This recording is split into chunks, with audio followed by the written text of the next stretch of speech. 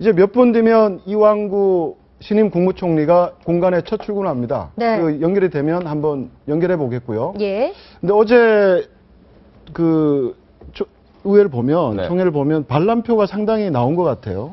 그러니까 이제 최소 7표 이상이라는데 7 플러스 알파죠. 네. 알파는 야당 내의 찬성표가 알파가 될 텐데 그런데 뭐 어떻게 보면 청문 과정이 좀 길었죠, 사실은. 네. 언론 청문이 한 번 있었고 국회 청문이 있었는데 청문 과정에서 이완구 총리가 이번 내상에 비해서는 저는 좀 작게 나왔다. 그래서 네. 역설적으로 보면 뭐 새누리당도 자유투표를 맡겼는데 그동안 당청 관계가 썩 그렇게 원만하지 않은 상태에서 한 10표, 12표 뭐 이래 보면 뭐 나올 정도가 나온 거 아닌가 이래 봐집니다. 근데 새정치민주연합에 또 반란표를 따지면 더 많을 수도 7 있다. 플러스 알파니까. 7 그렇죠. 플러스 알파. 알파니까 만약 새정치연합 반란표가 10표가 났으면 7표의 반란표가 나온 것이고 예. 20표가 났으면 27표가 나온 것이니까 최소한 새누리당에서 7표 플러스 알파가 있겠죠. 반란표가 그것보다 조금 더 많을 수가 있어요. 왜냐하면 그 정의화 국회의장과 네. 유성우 의원 소속, 네. 원래 유성우 의원은 새누리당 소속이고 본인이 찬성을 던지겠다고 아마 입장을 전달한 걸로 네. 보이는 네. 중이에요. 그러면 9표가 반란표가 돼요. 네. 그렇죠. 그리고 이제 또 여기에서 무효표가 그 5개 나왔지 않습니까? 네. 근데 이 가라고 써놓고는 뭐를 글자를 갖다 조금 이렇게 이상하게 써가지고 그게 그렇게 된 게 3개라고 보이거든요. 네. 그러면 이 무효표 5표도 결국은 근데 어쨌든 저기 나오는 것처럼 예, 반대인 거하고 똑같은 거라고 저는 봐야 됩니다. 네. 그러니까 많게는 보면 14표까지 갈 수도 있어요. 네. 그렇죠. 거기에서 만약에 야권에서 몇 명이 찬성을 했다면 그 숫자만큼 반란표가 또 더 늘어날 수가 있어요. 네. 그래서 지금 어제는 겉으로는 지금 조용한 찻잔 속의 태풍처럼 뭐 통과되고 끝이 났지만은 여권 내부에 새누리당 내부에는 거대하게 좀 날려보자라는 음모가 좀 있었을 수도 있다고 봅니다. 왜냐하면 최대한 20표 정도의 반란표가 나올 가능성도 있다고 저는 보고 있거든요.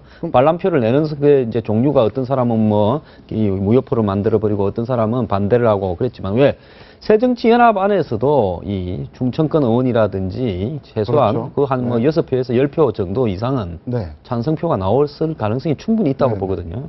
그러니까 예를 들어서 그 여권 내부에 일정하게는 어제 우리가 조금만 조용히 투표에 참석해서 야권이 투표에 참석해서 재적수만 늘려준다면 그러면 우리가 반대표를 한 20표 이상 던지면 저 부결될 수도 있다라는 흐름이 있었다고.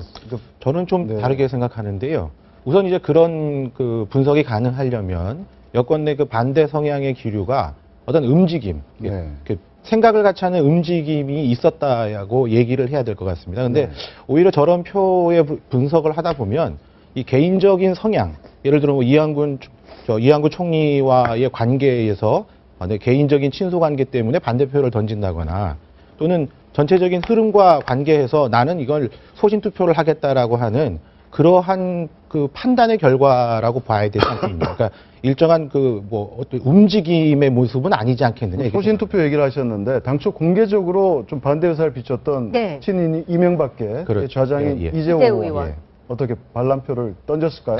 저는 그분이 뭐 대의를 지향하는 네. 대의는 대의를 지향하고 소위는 소리를 지향한다 이래 이야기를 했지 않습니까? 네, 네. 저는 100% 반란표 던졌을 거라는 게 제 개인 생각입니다. 네. 네. 근데 어제 왜 그러면 그런 것들이 조직적으로 안 보였냐? 어제 같은 경우에 만약에 조직적으로 반란을 하다가 쿠데타가 불발에 갔다 이러면 만약에 오늘 통과되고 나면 여권 내부에 심각한 문제가 벌어지죠. 네. 근데 만약에 어제 저 반란표가 나와가지고 통과가 안 됐다라고 만약을 가정한다면 예를 들어서 그 지금 김무성, 유승민 지도부가 사퇴당하면서 오늘 뭐 대통령이 개각이니 뭐니 다 무산되면서 한마디로 여권 전체가 레임덕으로 무너졌을 가능성이 있기 때문에요. 네. 어제 뭐 그런 일정한 시도도 충분히 있을 수 있었다고 봅니다. 근데 겉으로 드러나진 않았지만 찬성표가 148표. 네, 굉장한 접전이었습니다. 역대 두 번째로 낮은 수치예요. 일각에서는 정의당 5명 참가하지 않으면 합류하면 어떻게 되겠냐 했는데 실은 5명으로는 부족하고요. 그런데 이 5명 플러스 그 새정치민주연합에서 출석 안 한 5명이 또 있습니다. 이 5명 플러스 무효표 5명. 만에 하나 이 15명이 합류해서 절반만 이 반대를 던졌다면은 실은 부결이 됐을 정도로 굉장한 접전이어서 물론 투자도 마찬가지고 뭐 후회라는 거 없고 돌아킬 수는 없지만은 정말 그 정도로 뜨거운 접점이었던 건 사실이었습니다. 새누리당 지도부가 좀 충격을 받지 않았을까요? 어떻습니까? 뭐 충격 받는 것보다 워낙 절체절명한 상황이었기 때문에 네. 또 이완구 후보자가 청문 과정에서 워낙 흠집이 많이 났기 때문에 네. 일단 뭐 안도희 뭐 용궁 갔다 왔다 그러죠. 네. 안도희 좀 용궁은 좋은데 아닙니까?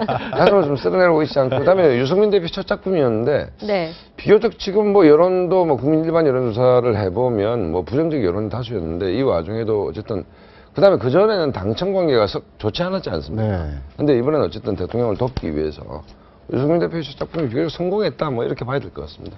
일단은 반쪽 총리로 시작한다는 여론이 상당한데 어떻습니까? 이 반쪽 총리란 표현 적당한가요? 일단 드러난 거에 원래 보면 원래 총리라는 자리 자체가 대독 총리, 의전 총리 해서 반쪽이 아니라 4분의 1쪽밖에 안 되는 자리입니다. 실세 장관보다도 못한 게 총리죠. 그렇기 때문에 뭐 총리가 언제 한국에서는 항상 총리 바뀔 때마다 책임 총리 이야기하고 총리가 권한을 행사하느냐 안 하느냐 이야기하는데 그는 그냥 언론들이 의례적으로 하는 거고요. 한국에 원래 총리 자리는 별로 의미는 없었습니다. 네. 다만 이완구 총리를 내정하면서 거기에 담겨 있는 의미가 자기 대권 주자라든지 또 박근혜 정부의 여러 가지 정책 부분에 대해서도 영향력을 행사하고 책임 총리처럼 이 재청권을 행사할 수 있느냐 이런 이야기들이 나왔기 때문에 기대가 높아서 그런 거라고 봅니다. 저도 네. 황소영 말씀 동의하는 것이 차제에 정말 총리가 필요한지 한번 대통령 중심제에서 총리한 나라 우리나라밖에 없거든요. 네. 이렇게 막 국론이 분열되고 한다면 저게 과연 필요한 자리인지도 한번 생각해 봐야 될 것 같습니다. 그 얘기도 계속 나오고 있더라고요. 정말 네. 필요한 자리인가? 네. 이 자리에서 개헌 논의가 나왔는데. 네, 이제 이완구 신임 국무총리라고 불러야 할 텐데 그런데 이 총리가 되기 위한 과정 굉장히 순탄치가 않았습니다. 의혹을 들추려는 자와 해명하려는 자의 싸움이 정말로 치열했는데 이번 총리 청문회 저희가 한번 돌아보겠습니다. 네. 증시로 본다면 상한가와 하한가. 달린 사람 있을 텐데요. 한 명씩 저희가 앞에 준비해드린 보드에다가 찝어주시죠. 한번 네. 이름을 좀 써봐 주시겠어요? 상한가부터. 네, 먼저 아. 상한가부터 따로. 예 써주세요. 과연 자. 누구를 뽑을지 저희도 궁금하네요. 네, 이완구 신임 우리 총리가 정치구단 네. 닉네임을 달고 나온 우리 황장수 소장님 기대가 되고요. 네. 히든카드 부상일 변호사도 기대가 됩니다. 잠시 뒤 신임 총리가 공관에 첫 출근을 한다고 하는데 그때